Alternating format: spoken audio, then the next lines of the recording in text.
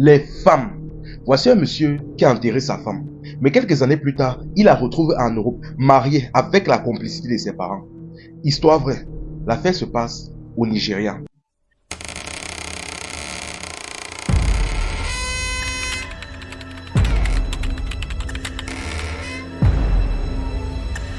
Pour tous ceux qui se demandent comment j'ai fait pour savoir ça, j'étais caché en bas de leur lit. Il y a souvent certaines personnes ici qui me disent que si tu as confiance à la femme, c'est que tu peux faire confiance au diable. Franchement. Et cette histoire nous prouve vraiment ce dicton-là. Donc tellement le plan que la femme de ce monsieur a élaboré est violent. Si après ça tu fais encore confiance à une femme, mon ami, mon frère, c'est qu'on t'a seulement vendu. Voici l'histoire en question. Le monsieur en question, ici on va l'appeler Amaka. Ce qui se passe, c'est qu'Amaka était mariée avec la jeune femme en question, une très jeune et belle femme avec un beau teint. Ce qui se passe, c'est que bon, il ne souffrait de rien. Sauf que depuis 3 ans de relation, il n'arrivait plus à avoir d'enfants. Et je dis bien n'arrivait plus, c'est-à-dire, ils avaient déjà d'autres enfants. Mais depuis 3 ans, ils n'arrivaient plus à en concevoir un autre. Là donc, ils sont partis faire le tour des hôpitaux et on a découvert que la femme en question avait un kyste. Je ne sais pas si on dit un ou une kyste. Mais malheureusement, malgré qu'il ne faisait que faire le tour des hôpitaux, ça réclamait une opération. Or, la femme ne voulait pas. Dans ce cas, un jour, elle a dit à son mari, bon, moi, j'en ai déjà marre de faire le tour des hôpitaux. Je préfère descendre au village chez ma mère. Elle me traite chez des praticiens. Elle me traite traditionnellement. Il a dit, il n'y a pas de problème. La femme a donc planifié dans un voyage et elle est donc descendue chez sa mère. Une fois qu'elle est descendue chez sa mère, du jour au lendemain donc, on appelle donc le monsieur. On lui dit que sa femme au village, on dit que quelque chose s'est passé, on ne sait pas trop, elle est décédée. Le monsieur a dit que comment ça?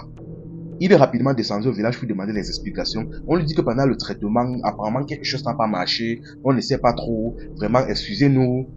Son cœur a lâché. Bon, il était un peu triste. Il a vu le corps de sa famille une dernière fois. On a organisé dans les funérailles. On a alerté toute la famille. On a organisé les funérailles. Tout s'est bien passé. Et pendant l'enterrement, donc, il a donc versé le sable sur le cercueil. Un peu comme certaines traditions le requièrent chez les Nigériens et aussi chez nous au Cameroun. Tout s'est donc bien passé. Et c'est ainsi donc qu'après l'enterrement, 5 ans plus tard donc, il a eu la chance, grâce à l'aide d'un ami, il a réussi à avoir son visa pour pouvoir voyager en Europe. Il est donc parti en Europe, il a commencé à faire sa vie, il s'en sortait bien. Sauf qu'un jour donc, en allant faire ses courses dans un centre commercial, il a vu une femme à distance et de dos, je précise bien. Il a regardé un peu, il a commencé à avoir comme des flashbacks dans sa tête. Il a vu que de dos, la femme la ressemblait beaucoup à sa défunte femme. De dos. Tellement ça l'a troublé, il a décidé de crier le nom de sa femme à distance. Il a crié le nom de sa femme à distance. Personne ne s'est retourné dans le magasin à part la femme en question. Elle s'est retournée, il a bien regardé, il a vu que c'était sa femme. Il s'est approché de lui, il a dit, mais attends, mais qu'est-ce qui se passe? Tu fais quoi ici en Europe? Tu n'es pas censé te décider. Comment tu as fait pour arriver ici? Le monsieur est en train de disjoncter sur place tellement que bon, le mari de la femme était à côté, il s'est approché, il a dit, mais il y a quoi monsieur? Il y a quoi avec ma femme? Il dit, mais votre femme comment? C'est ma femme que vous appelez votre femme. Donc, le type ne comprenait rien, il était sur le point de devenir fou. Voyant un peu sa réaction, bon, le monsieur s'est dit que peut-être il délire. Et la femme a dit que monsieur, pardon, vous devez faire erreur. Je ne suis pas votre femme, je ne sais pas, bref. Elle est donc partie avec son mari. Le type est resté sur place, il a dit que non. Il a dit que non, je ne suis pas en train de délirer. Ce n'est pas après 5 ans que la folie va commencer sur moi. Ce n'est pas après 5 ans après son enterrement que la folie va commencer sur moi. Si ça devait me prendre, ça aurait pris depuis. Il les a donc suivis et dès qu'ils ont commencé à se déplacer dans les véhicules, lui aussi il est monté dans son véhicule et il a commencé à les suivre discrètement et il s'est assuré à ce qu'il ne le repère pas pendant qu'il les suivait. Il les a suivis sur une certaine distance jusqu'à ce qu'il voit la maison dans laquelle ils entraient. Il a donc garé donc sur le côté, il a noté l'adresse et il est reparti. Et après être reparti donc, il est revenu le lendemain matin très tôt. Très tôt le matin, il a garé là, il est resté sur place. Il est resté dans son véhicule. Il a attendu que la femme en question sorte et qu'elle parte. Dès qu'elle est partie donc, il entre à l'intérieur, il a frappé la porte et il a vu le monsieur à l'intérieur. Le monsieur était surpris, un peu en colère, mais il a calmé le monsieur. Il a dit franchement, vous êtes un homme comme moi. Je veux que vous m'écoutez, vous m'expliquez. Je sais, mettons un peu cette histoire au clair. Le monsieur donc compréhensif a donc accepté de l'écouter. Il a commencé à discuter, il a dit, excusez-moi, mais ça fait combien de temps que vous connaissez cette femme? Il a dit, bon, ça fait 5 ans qu'on est là ensemble. 5 ans. Il dit que ok. Il dit que est-ce que vous avez des enfants? Il dit que non, pas encore. Il dit que non, attends. Il dit que est-ce que la femme là s'appelle, il dit Isabelle? Il dit que oui, elle s'appelle bien Isabelle. Il dit que ok, parce que c'était aussi le nom de ma femme. Le monsieur le regarde comme ça. Il dit maintenant tout son nom. Ou c'est Isabelle Amaka, tout son nom complet. Il dit que oui, c'est son même nom. Là maintenant, le monsieur lui explique que ce qui se passe, c'est qu'il y a quelques années, quand on était au pays, ma femme est descendue au village pour se faire soigner d'un kyste traditionnellement. Mais du jour au lendemain, on me dit qu'elle est décédée. On l'a donc enterrée. Me voici maintenant aujourd'hui en Europe, 5 ans plus tard. Je la vois et on est en train de me dire qu'elle est mariée. Je la vois et en plus de cela, vous me dites que vous êtes marié à elle. Je ne comprends pas. Il sort même l'acte de naissance, la capture de l'acte de naissance de sa femme, il montre. Il regarde lui aussi, il part donc dans sa chambre, le monsieur aussi part dans sa chambre prendre l'acte de naissance de sa femme. Et on voit que ça concorde et que c'est la même chose. Le même nom, la même date de naissance, le même lieu de naissance, le même pays, tout est pareil. Même le nom des parents et consorts, tout était pareil. Et il sort aussi la capture de l'acte de décès. Le monsieur aussi voit, il est étonné. Il dit que, hey, là donc il comprend que le jeune homme là disait vrai, que c'est comme si sa femme en réalité c'est la femme du monsieur. Là maintenant en restant sur place, donc il a donc compris qu'il y a quelques années, sa femme donc a donc planifié avec ses parents pour faire son visa en bandit, orchestrer un faux enterrement, un faux décès pour pouvoir partir en Europe vivre sa vie.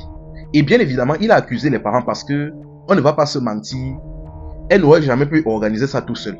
C'est-à-dire planifier son décès, l'enterrement, tout ça jusqu'à a mis sur terre dans le village de ses parents, on creuse un tombeau, on enterre. Non, elle n'aurait pas pu faire ça tout seul. Ses parents et la famille de sa femme étaient complices. Là maintenant, il est que ça ne va pas se passer comme ça. Il a remercié le monsieur et il est parti. Et en partant donc, il a rapidement appelé sa propre famille à lui, c'est-à-dire son propre père et sa propre mère, et il a expliqué la situation. Ils ont décidé maintenant donc de porter plainte à la famille de la fille. Vu que la fille est déjà en Europe, on ne peut plus rien traiter là-bas. Les lois du pays, les lois d'ici, c'est pas pareil. Il a donc décidé donc de porter plainte aux parents de la fille directement au pays pour escroquerie, on va dire.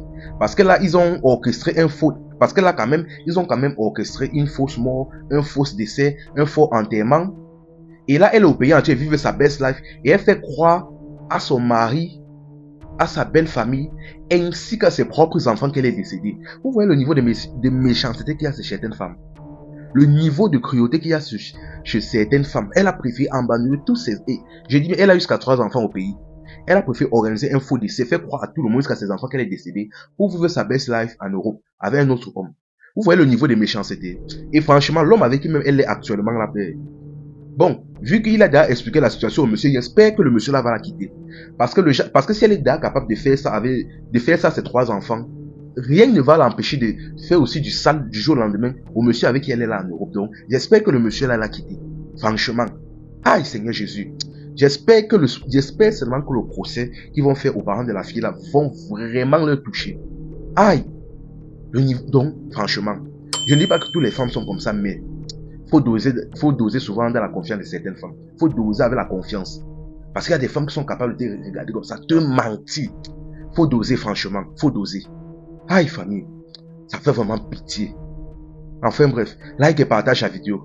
Que d'autres personnes ne tombent plus dans ce genre de bêtes pièges. C'était info et amusement. Ici on s'informe et on s'amuse. Le jour de son anniversaire, sa mère ainsi que tous les membres de sa famille tentent de le sacrifier pour s'emparer de son héritage. Mais c'est un de ses employés, se faisant passer pour un fou, qui lui sauvait la vie. Histoire vraie, l'affaire se passe en Côte d'Ivoire.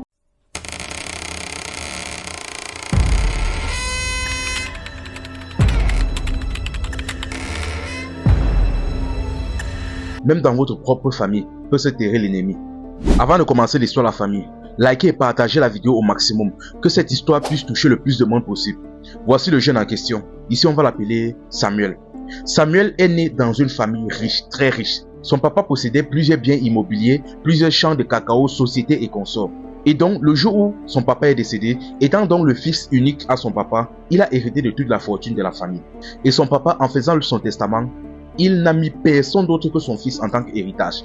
Il n'a pas laissé un seul franc aux autres membres de la famille parce qu'il avait jugé que la famille avait suffisamment profité de lui, de son vivant. Donc il a tout laissé jusqu'au dernier centime à son fils unique. Même à sa femme, il n'a absolument rien laissé étant donné que de son vivant, sa femme l'avait quitté. Ce qui donc a énervé tous les membres de la famille ainsi que sa femme. Mais bref, ils n'ont pas affiché leurs sentiments et leur mécontentement. Maintenant, Bertrand doit commencer à travailler dans les sociétés de son père, à tout bien gérer. Il n'y avait absolument aucun problème. Jusqu'au jour où Bertrand, voyant que son anniversaire approchait, a décidé d'organiser son anniversaire. Il a décidé de l'organiser à Boaké. Il a loué un grand hôtel. Il a invité tous ses amis, toute sa famille, tous ceux qu'il connaissait, il a invité. On savait que c'était un milliardaire. Donc personne le connaissant ne pouvait manquer à cette fête-là. Maintenant, le jour de l'anniversaire en question, il s'est arrêté devant l'hôtel en question avec ses amis. Il est descendu de sa voiture et au moment où il allait entrer dans l'hôtel en question, un fou s'est jeté sur lui et il s'est mis à déchirer ses vêtements. Là, toute la foule, tous les invités présents se sont jetés sur le fou, ont tenté de le saisir et de le bloquer au sol. Mais le fou s'est mis à crier « N'entre pas, ils veulent te terminer, n'entre pas, n'entre pas. » Peu importe ce qui se passe, pars, tu rentres chez toi, ne reviens plus ici, annule ton anniversaire. Mais n'entre pas ici, ils veulent te faire du mal.